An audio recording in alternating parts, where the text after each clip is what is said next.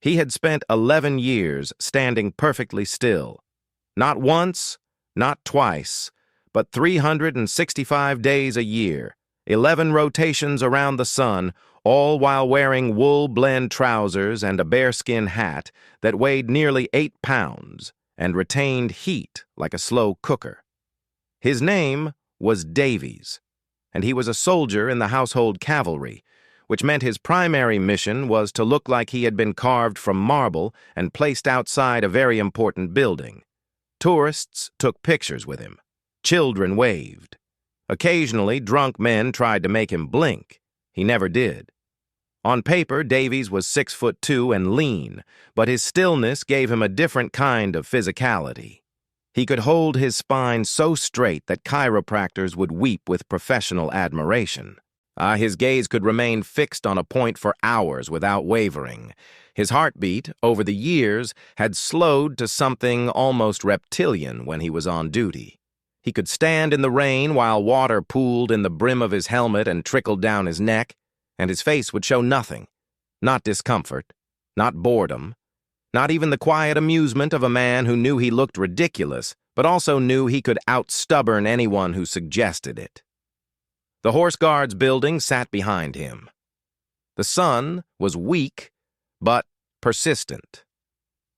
A small crowd had gathered behind the barrier, phones raised, and Davies ignored them with the practiced serenity of a man who had trained his brain to treat human beings like furniture. His colleague, a younger trooper named Hendricks, stood 30 feet away.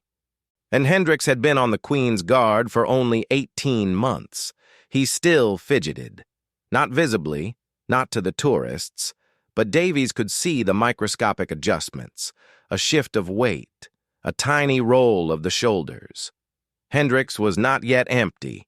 He was still inside his body, thinking about it, fighting it. Davies had long ago stopped fighting. He had made peace with the fact that his body was a monument, and monuments did not scratch their noses. The morning passed. The crowd changed. A woman dropped her handbag, and the sound echoed against the stone.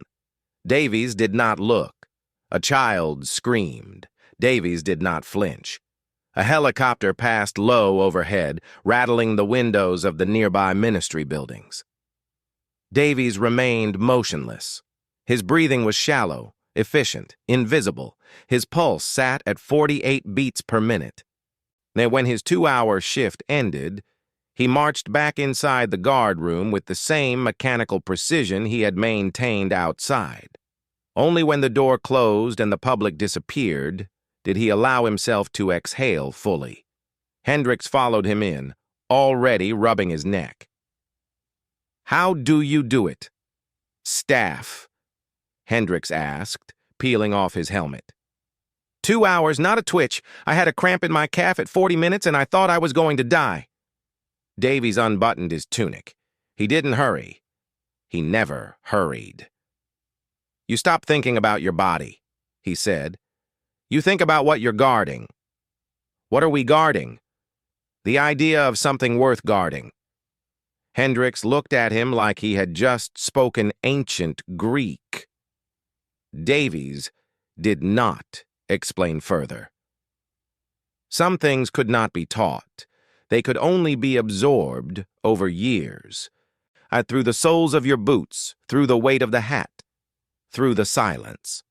2 weeks later, the order came down. It was unusual. Davies had received many orders in his career, deployments, ceremonial duties, training rotations, but this one was different. This one came from across the Atlantic, routed through the embassy, forwarded to the regiment, and delivered to him by a lieutenant colonel who looked slightly baffled. "You've been volunteered," the colonel said, sliding a folder across the desk. Davies opened it. Inside was a letter, printed on thick paper bearing the insignia of the United States Army. It was an invitation. No, not an invitation. A challenge. The U.S. Army was hosting an inter-service endurance competition at Fort Moore, formerly Fort Benning in Georgia. It was designed to test the limits of human physical and mental performance. Obstacle courses, load-bearing marches, problem-solving under extreme fatigue. They had invited representatives from allied nations, and someone in the British Ministry of Defense had decided that sending a ceremonial guardsman would be either a hilarious joke or a very effective psyop. Davies read the letter twice. His face revealed nothing. "You don't have to go," the colonel said. "You're not even infantry anymore. You stand outside palaces. This is, well, it's a bit mad, frankly." "When do I leave?" Davies asked. The colonel blinked. "You want to go?" Davies closed the folder. "I want to see what I'm made of." The flight to Atlanta was 9 hours. Davies slept for 6 of them, sitting perfectly upright, his hands folded in his lap. And the soldier in the seat next to him, a young paratrooper headed to a course at the same installation, spent the entire flight watching films on his tablet and eating complimentary pretzels. Davies did not eat. He did not watch films. He simply sat, and the paratrooper found this deeply unsettling. They landed in the afternoon. The heat hit Davies like a physical object. He had served in Iraq years ago, before the palace duty, before the stillness. He remembered heat. But this was different. This was wet. This was the kind of heat that wrapped around your lungs and made every breath feel like inhaling broth.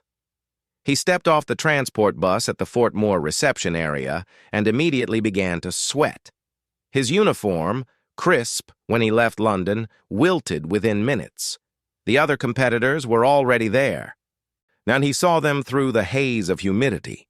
Australians in wide-brimmed hats, Canadians in their distinctive operational dress, a French foreign legionnaire with a kepi blanc tucked under his arm, and the Americans, dozens of them, mostly from infantry and special operations units. They were big.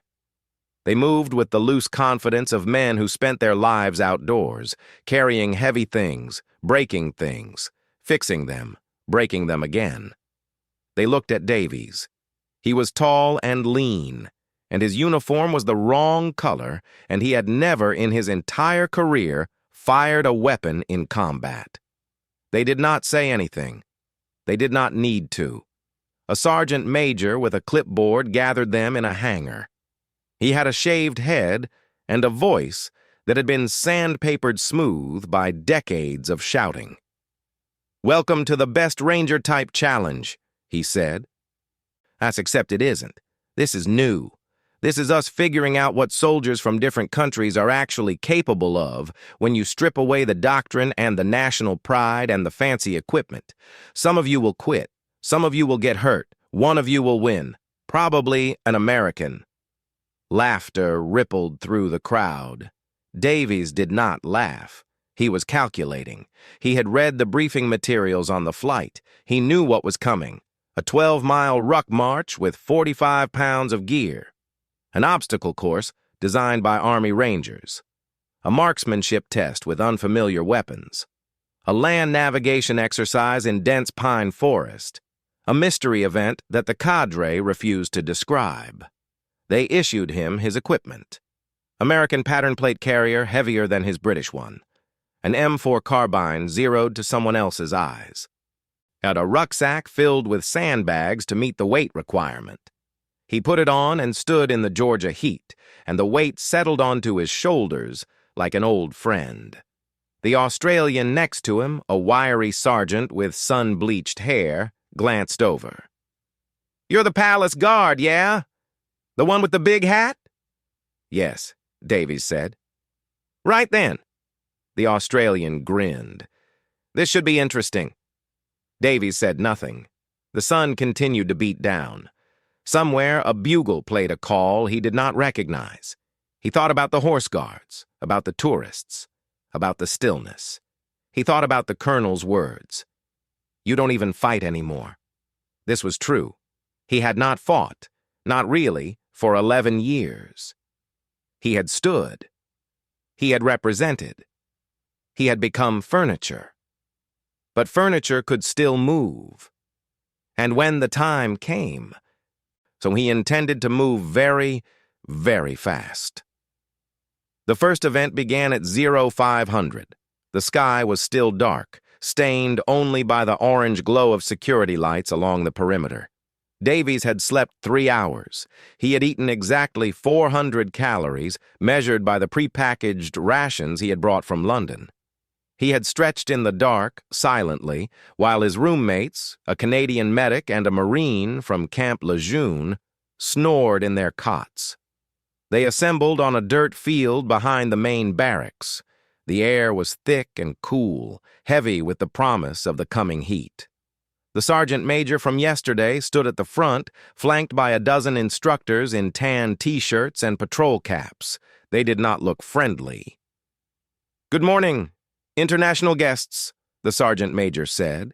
His voice carried effortlessly. Today you will conduct a 12-mile foot march. Individual movement, no buddy teams, no sharing weight. Your rucksacks have been weighed and sealed. If you open your rucksack before the finish, you are disqualified. If you drop your weapon, you are disqualified. If you quit, you will be escorted to the dining facility, where you may eat a hot meal and reflect on your choices. A few competitors shifted nervously. Davies did not shift. He was inspecting his boots, which he had spent an hour lacing the night before. He knew his feet better than he knew most people. He knew where the calluses were thickest, where the blisters would form if the laces were too tight, how the leather would expand as his blood heated. He had learned this in Iraq, walking patrols through streets that smelled of sewage and diesel, and he had maintained the knowledge through years of standing still. The march began. The route was marked with glow sticks, a winding path through the Georgia woods, up and down hills that were not mountains, but felt like them after 6 miles. The pace was not forced. There was no minimum time. But everyone knew that time was being recorded, and everyone knew that the early miles were where you made your position. The Americans took the lead immediately. They moved with a ground-eating stride, long legs pushing through the sandy soil, rifles held across their chests in practiced grips. The Australians stayed close behind. The French Foreign Legionnaire, a small man with enormous calves, settled into a metronomic rhythm that seemed impervious to terrain. Davies did not try to keep up. He found his pace. His pace was not fast. It was, and in fact, slower than almost everyone else's. But his pace was steady. His breathing remained even. His shoulders did not roll forward under the weight. He did not look at the competitors passing him. He looked at the ground 6 feet ahead of his boots, and he moved. At mile 4, the sun rose. The temperature climbed. Sweat soaked through his uniform, dripped from his chin, pooled in the small of his back. His ruck strap chafed through his shirt. He did not adjust it. He did not stop. He thought about the guard room at Horse Guards, about the weight of the bearskin hat, about the stillness. This was not stillness. This was movement. But the same rules applied. You did not think about the discomfort. You thought about the mission. You became empty. At mile 8, he began to pass people. The first was a young American specialist. He bent over at the side of the trail, vomiting quietly into the bushes. His ruck was still on his back. His rifle was still in his hand. He was not quitting. But he was stopped, and Davies was not. Davies walked past him without speaking. The specialist looked up, eyes watering, and watched the British guardsman disappear into the trees. At mile 9, he passed the Australian. The wiry sergeant had slowed significantly, his sun-bleached hair now darkened with sweat and pressed flat against his skull. He saw Davies approaching and tried to match his pace, held it for 30 seconds.